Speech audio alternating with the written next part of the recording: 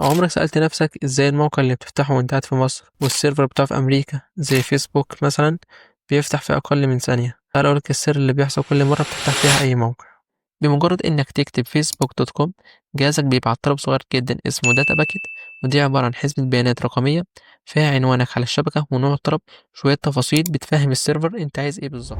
الخطوة التانية، الطلب بيروح للراوتر ومن الراوتر لشركة الإنترنت اللي انت مشترك فيها، ودي اسمها انترنت سيرفيس بروفايدر.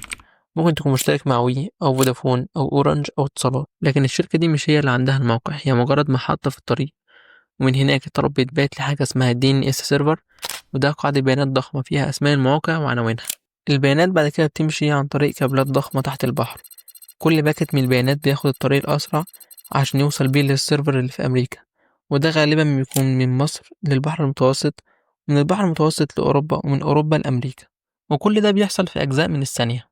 السيرفر بقى في أمريكا بيستقبل الطلب ويبدأ يبعت لك كل حاجة طلبتها من صفحة أو صور أو فيديوهات، وترجع لك بنفس الطريقة اللي راحت بيها بس بالعكس. وفي الفيديو اللي جاي إن شاء الله هنعرف إزاي السيرفر بيقدر يستجيب ويرد على كل الطلبات دي في أجزاء من الثانية.